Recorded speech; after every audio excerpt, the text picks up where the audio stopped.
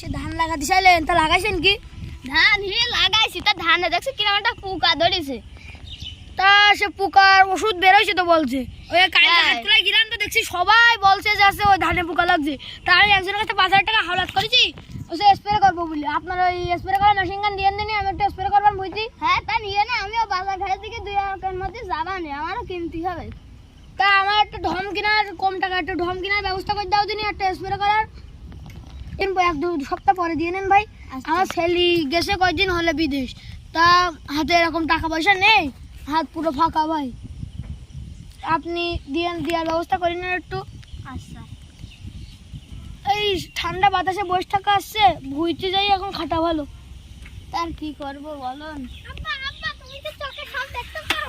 কে কি হয়েছে আবার? তুমি বলো তো এটা কি? কে এটা মেঘনি গাছ? এটা কি? এটা পুকুর। হ্যাঁ, তুমি তো সবই দেখতে পাও, তা আমি এত বড় হয়ে গেছি, তা তুমি আমাকে বিয়ে দেবা না? কি গলে জুতো কই? জুতো খোল এই। এই জুতো খোল। জুতো খোল এই।